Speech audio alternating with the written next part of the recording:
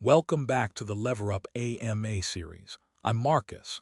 Today's topic is one a lot of people in DeFi never actually sit down and compare directly: yield farming versus trading perps. James is here from the LeverUp team. James, most people treat these as totally separate worlds: passive versus active, safe versus risky. Is that framing right? It's not wrong, but it skips the more useful question. In both cases, ask yourself, what are you actually being paid for, and what's the real cost of earning it? Once you frame it that way, the comparison gets a lot more useful. Okay, let's start with yield farming. You've said it's actually three different things people lump together. Right, first is LP farming. You deposit a pair of assets into a liquidity pool and earn a share of the trading fees generated by swaps through it. Your return depends on volume and how the pool's asset ratio moves relative to when you deposited. Second is staking. You lock a single asset, often a chain's native token or a liquid staking derivative, and earn yield from network rewards or protocol distributions. That's closer to passive, since there's no pair to rebalance. Third is lending. You supply an asset to a lending protocol and earn interest from borrowers, and your return is basically a function of utilization. What do all three have in common? You're being compensated for supplying capital that someone else, a trader, a borrower, the protocol itself, actually makes use of. So where's the catch? Because APY numbers on farming dashboards always look great. The headline APY rarely tells the whole story. For LP farming specifically, the big one is impermanent loss. If the price ratio between your pooled assets moves significantly, withdrawing can leave you worse off than if you just held the assets. The fees you earned along the way may or may not cover that gap, depending on volume and how far the ratio moved. Then, across all three paths, there's smart contract risk. Your capital's sitting in a contract you don't control day to day, and that risk doesn't show up in an APY number, but it's real for as long as the position's open. And the third one you mentioned in the piece, token inflation. Right, that hits paths where rewards get paid in a native or protocol token instead of the asset you deposited. A high headline APY denominated in an inflating token can still mean your position's actual value is declining in real terms if issuance is outpacing demand. Does that make yield farming a bad strategy? No, it means the real return is the headline APY minus those costs, not the number on the dashboard. Okay, now flip to perp trading. You've said it's not a variation on farming, it's a genuinely different activity. Why? Because you're not supplying capital for someone else to use at all. You're taking a leveraged, directional position on where a price goes.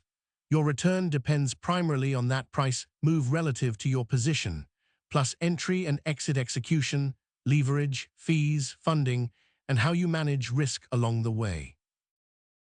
So the cost structure is completely different too. Completely, trading fees, funding payments while the position's open, execution effects like spread or slippage, and the liquidation risk that comes with leverage. There's no equivalent to impermanent loss, because there's no pool ratio involved at all, but you're not getting a passive yield stream either. You're maintaining a directional view, and you're exposed to funding and liquidation the entire time the position's open. A good leveraged trade can generate returns over a much shorter window than most farming strategies, but leverage cuts both ways. It speeds up losses exactly as much as it speeds up gains. If someone made me pick one line that captures the difference. Yield farming pays you for supplying capital that gets used. Perp trading pays you for being right about direction, with leverage amplifying whichever way that goes. Neither is strictly better. They're compensating for different things entirely. So where does LeverUp actually sit in this?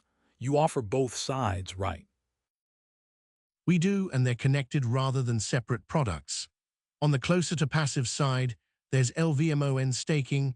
You open a MON collateral position on LeverUp, close it, and that produces LVMON, which you can then stake to earn yield from Monad's native liquid staking infrastructure.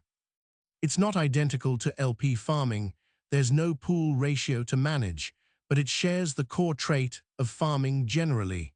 You're supplying capital for a return that doesn't need active position management. And the other side is just straight perp trading. Right, leveraged, directional, actively managed, with funding rate and fees as a visible cost of holding the position rather than something hidden in an APY number. You said something in the article I want to make sure comes through clearly, that these two aren't simultaneous, they're sequential. That's an important distinction.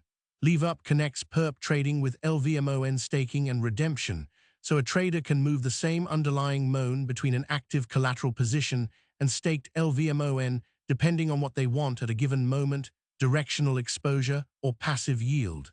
You're not stacking both at once on the same capital. You're choosing, and you can switch that choice over time.